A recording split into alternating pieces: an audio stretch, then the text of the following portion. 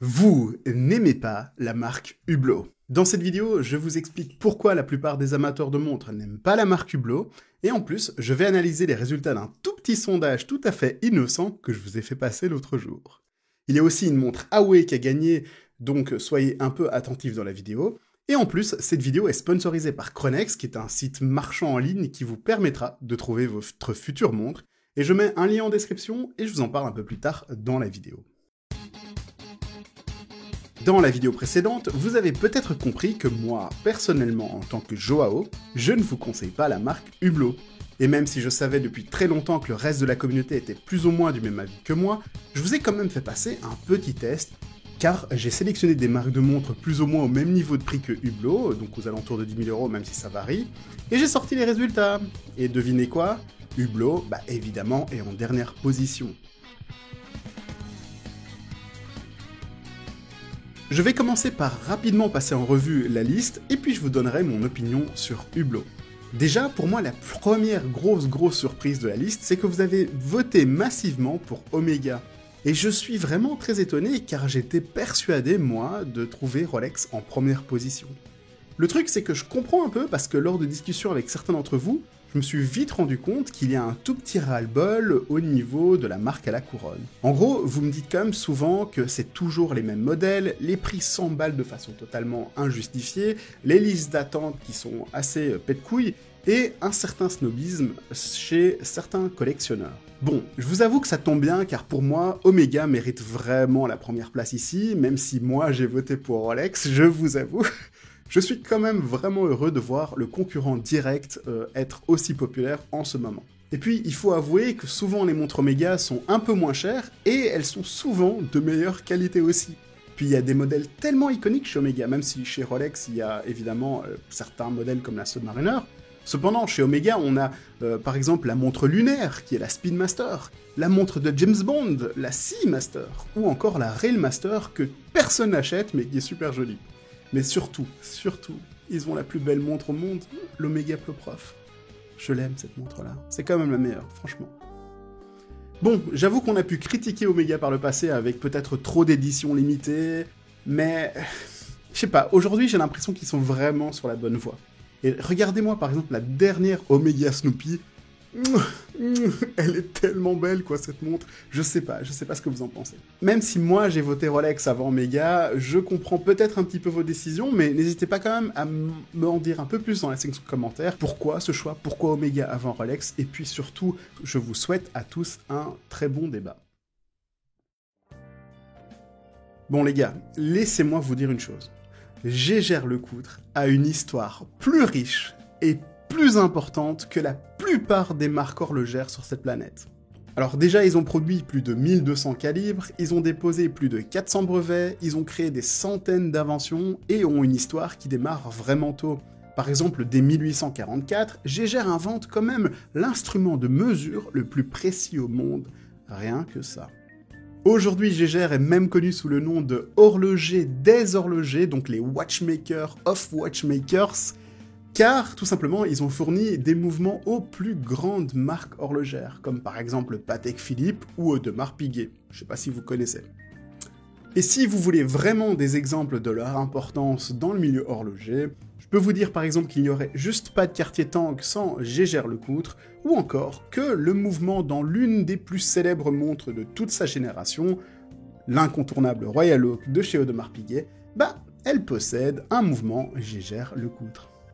Donc pour moi, la troisième place, c'est tout à fait normal. Bravo à vous tous, je vous félicite. Pour moi, vous avez vraiment bien voté Jaeger-LeCoultre et vous l'avez voté à sa juste valeur. Donc pour moi, félicitations à tout le monde.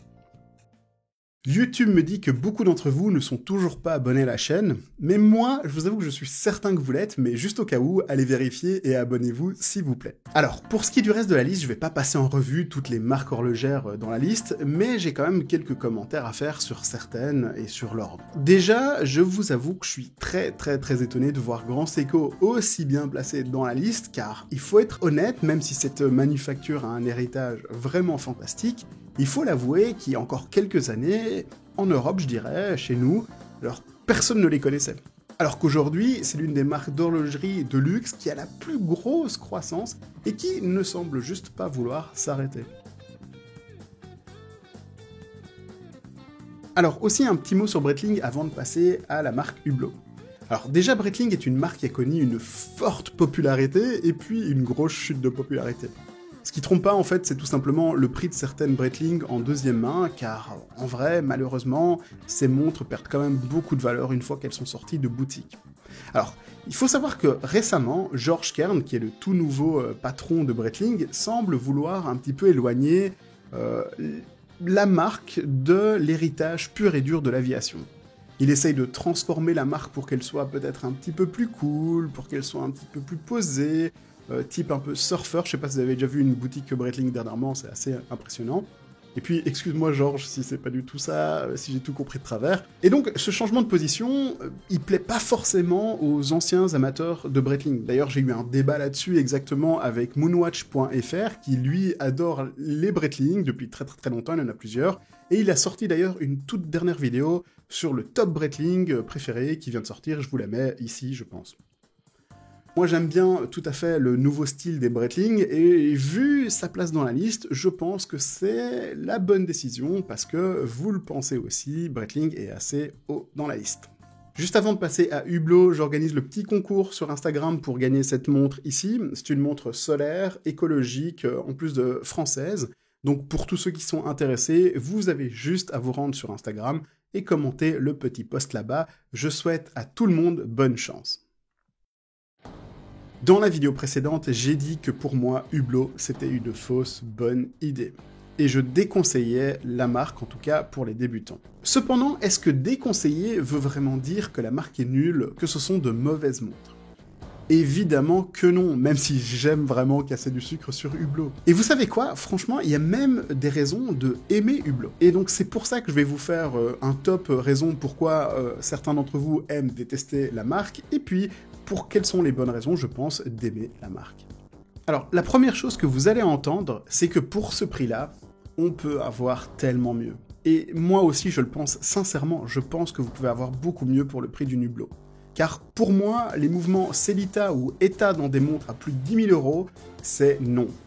Alors, je sais que Hublot possède quand même des mouvements maison, mais il y a encore un peu trop de montres Hublot qui ont des mouvements du commerce juste un peu modifiés, décorés, et on vous vend des montres à des milliers d'euros. Moi, ce genre de montre, ça me fait surtout penser à une Lamborghini avec un moteur Toyota. C'est de la bonne qualité, c'est économique, mais c'est pas forcément ce qui me fait rêver, quoi. Et puis, pour s'en faire une bonne idée, il suffit de regarder aussi le reste des marques que j'ai mis dans la liste du sondage. Elles sont pratiquement toutes moins chères que Hublot, et elles ont une meilleure réputation et un meilleur héritage. Mais le truc, c'est que vous me dites, oui, non, moi je veux une Hublot pour le style. Bah ok, je comprends tout à fait, mais si c'est juste le style, regardez ce que je vous ai trouvé, une superbe Zenith Défi classique avec un look tout aussi assumé et avec un vrai mouvement maison. Je la trouve vraiment plus jolie que, par exemple, cette Hublot Fusion, et le prix, franchement, regardez, la Zenith est quand même vachement moins chère. Et si on est sur Chronex, et comme c'est eux qui sponsorisent la vidéo, je vous mets aussi un petit peu leur site ici, donc n'hésitez pas à aller faire un tour dessus avec le code de réduction montre et moi, et puis juste dites-moi ce que vous trouvez dessus, et si vous voyez des Hublots un peu trop chers, qui sont pas toujours très jolis. Alors beaucoup d'entre vous veulent pas juste une 3 aiguilles chez Hublot, vous voulez des chronos. Mais pour vous, tout simplement, allez regarder encore une fois chez Zenith. Ils ont par exemple la Zenith El Primero, la version Chronomaster par exemple, qui a une réputation d'être une montre chrono de toute façon iconique vraiment dans le monde, vu que c'est tout simplement censé être la première montre chrono automatique au monde, enfin c'est le modèle. Et évidemment, le mouvement ici, il est beaucoup plus excitant, je trouve, qu'un mouvement Hublot. Regardez-moi cette aiguille qui tourne à une vitesse folle, vous trouvez pas ça impressionnant ? Et puis, ce qui m'embête, c'est que toutes ces marques que j'ai proposées dans la liste sont pratiquement toutes moins chères et ont un héritage plus important que la marque Hublot. Toutes sauf Nomos, qui est évidemment une montre bien plus jeune et donc n'a pas d'héritage. Mais pourtant, même en étant une petite marque, ils innovent. Ils ont par exemple gagné quand même le Grand Prix d'horlogerie de Genève en 2018 avec une Tangente Neomatic 41. Et cette montre, elle coûte 3 200 €. Et ce qui est encore plus impressionnant, c'est qu'on sait qu'ils produisent leurs montres à 95% avec 95% de composants dans la région de Glashütte en Allemagne. C'est du vrai local. Puis il y a un autre truc qui m'embête avec Hublot, c'est que tout est édition limitée chez eux. On en a parlé un peu avec Omega, mais le problème c'est qu'une fois que tout est édition limitée, est-ce que c'est vraiment encore des éditions limitées? Puis il y a des coûts marketing un peu nuls avec Hublot, ils ont vendu une montre Bitcoin. Alors je comprends juste pas le principe, même si je suis un grand fan de Bitcoin, j'adore les crypto-monnaies, hein, je suis dans l'informatique, moi ça me parle, mais une montre Bitcoin ça n'a aucun sens.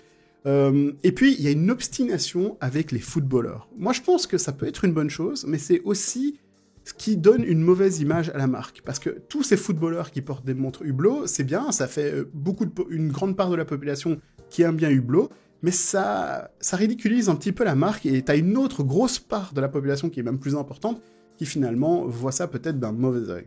Alors, pour les trucs vraiment sympas sur la marque Hublot, j'en ai parlé vite fait. Ils font des tests avec des matériaux, plein de matériaux bien différents, il y a des trucs qui sont super sympas, et honnêtement, moi je trouve qu'au moins à ce niveau-là, au niveau des matériaux, ils innovent. Certaines montres sont vraiment jolies aussi, même si c'est absolument pas trop mon style, mais il y a un truc que j'aime beaucoup, et c'est vraiment le truc que je kiffe, mais c'est aussi pour ça que je dis que c'est pas pour les débutants, il y a un côté je m'en foutiste. Par exemple, moi, si un jour je m'achète une Hublot, c'est juste pour me dire, c'est ma fuck you watch, ça se dit. C'est juste pour me la péter, ça va faire parler les gens, tant pis, c'est ce que je veux. Et honnêtement, ça, c'est assumé chez Hublot, et honnêtement, c'est pas si mal. Donc, juste pour ça, peut-être que Hublot, si vous voulez, prenez contact avec moi, je suis prêt à porter une Hublot finalement. J'ai changé d'avis, c'est pas si mal. Et voilà, c'est à peu près tout. N'oubliez pas d'aller voir sur Chronex, et à tous, je vous souhaite de bonnes fêtes. Salut!